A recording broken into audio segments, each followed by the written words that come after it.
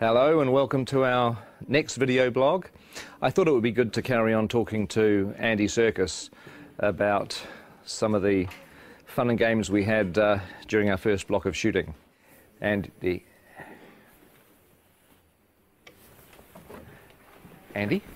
Where is he?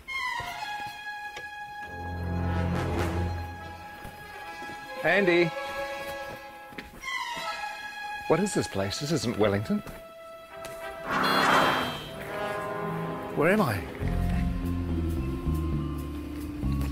Isn't this where James Bond crashed his Aston Martin in 1964?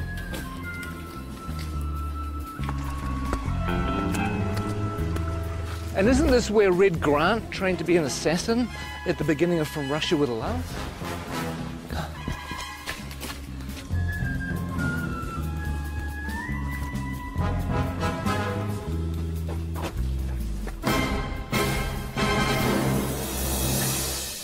You know what? I think we should just run the blog anyway.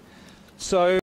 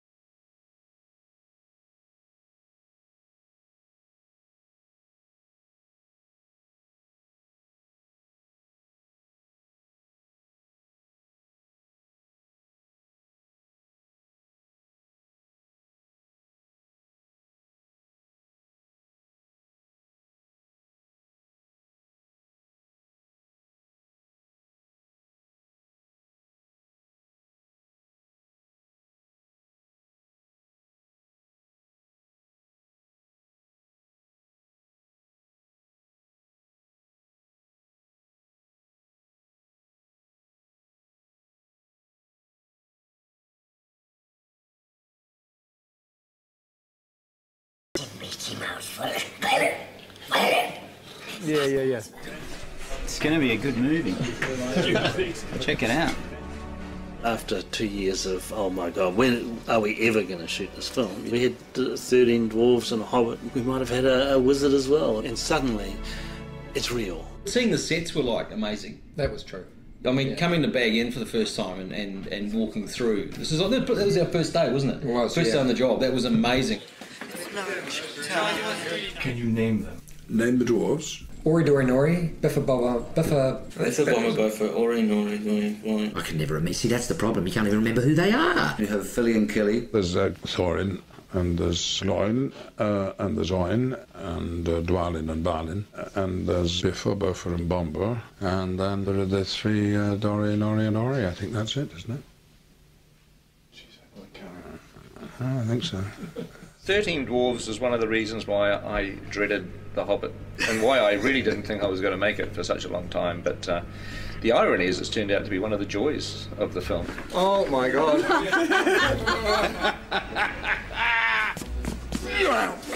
What a challenge. I mean, 13 heroes, or 14 with Bilbo. They all have to be differentiated in a way that isn't necessary in the book, but if you keep seeing them, you want to know who they are and specifically and what their attitude is and why they're on this journey. We need to move now!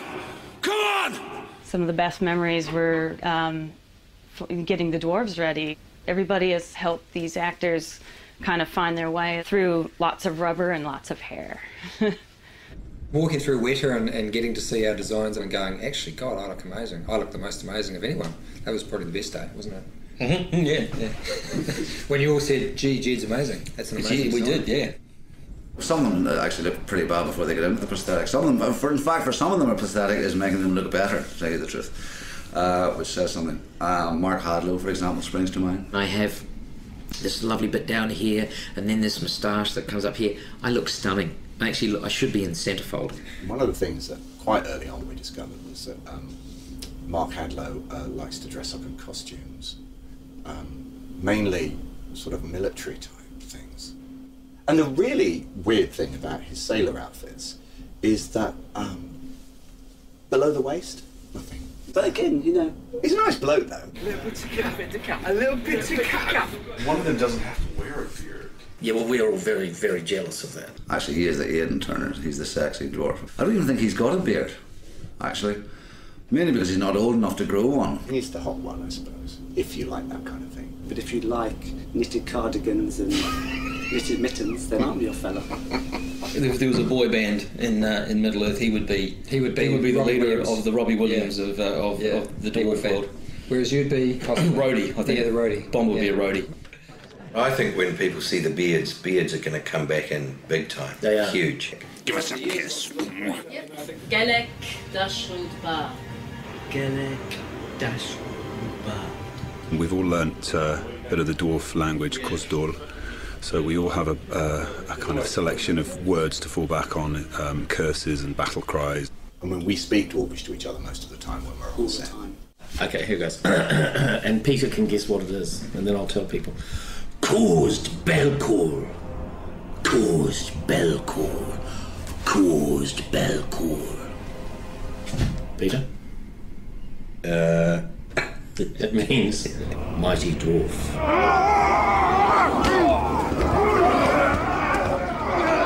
We had Troll Show. Well, you got to do all the fun stuff in Troll Show. Yeah, we did.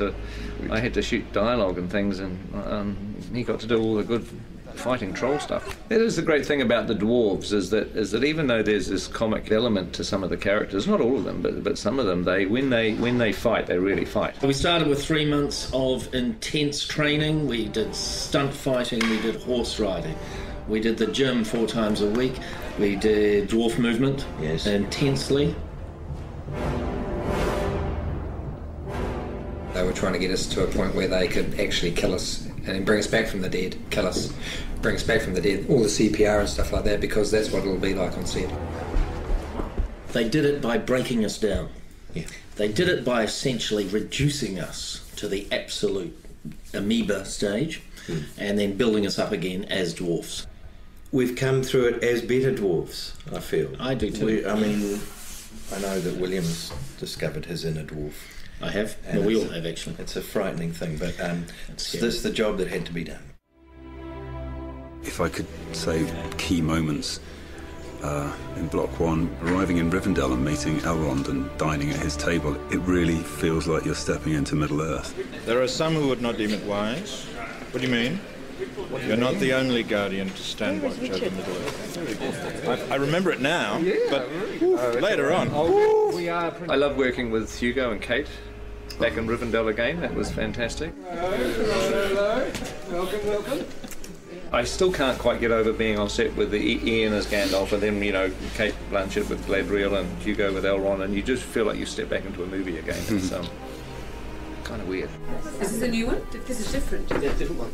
High points really, I think, was getting Kate Blanchett with a long train. Beautiful. Kate, that's beautiful. That is. They're all going to want one. Just don't ask me to walk anywhere.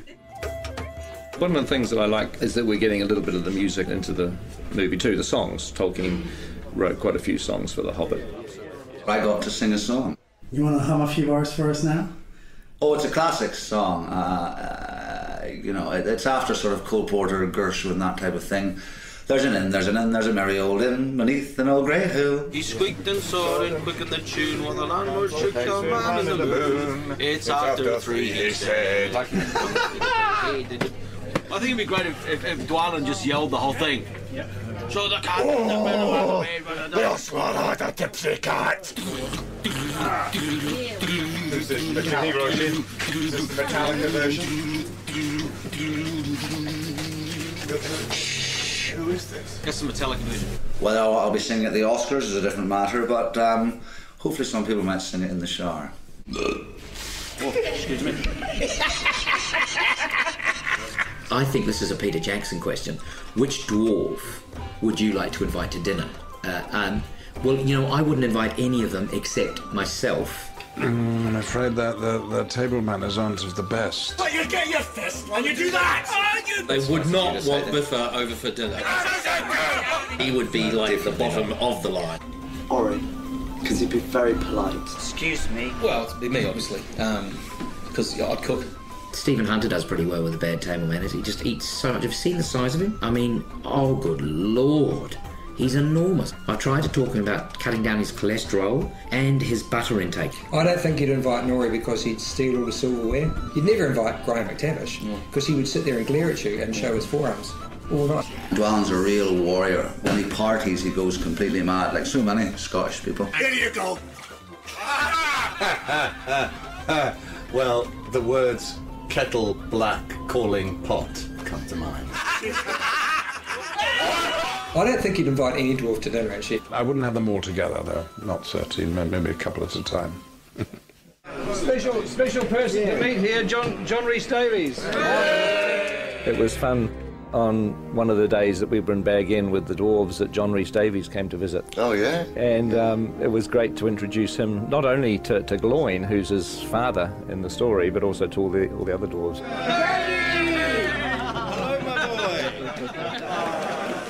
It's just like coming home to family. I predicted what John would say, and he pretty much said it word for word. I could just imagine, you know, him saying, "Oh, you poor bastards." that's pretty much what he went on to say. You poor buggers. When he gets you running up the hill in full armour, you'll enjoy that. But you are going to be spectacular. And you'll be chased by women all around the world. but only if you're in costume and makeup. Okay. All right. We've been here since January the 13th. So what is that, 5 months? And we haven't even scratched the surface. Who are you doubling, Pete? I'm doubling Stanley Kubrick. One of the biggest moments was when we all put our gear on and we all stood together, sort of looking around at each other into the characters' faces. To stand in a circle and look at the guys that were going on the quest, I got a real tingle up my spine. Lovely, thank you, that's terrific. I think we can check the gate on that.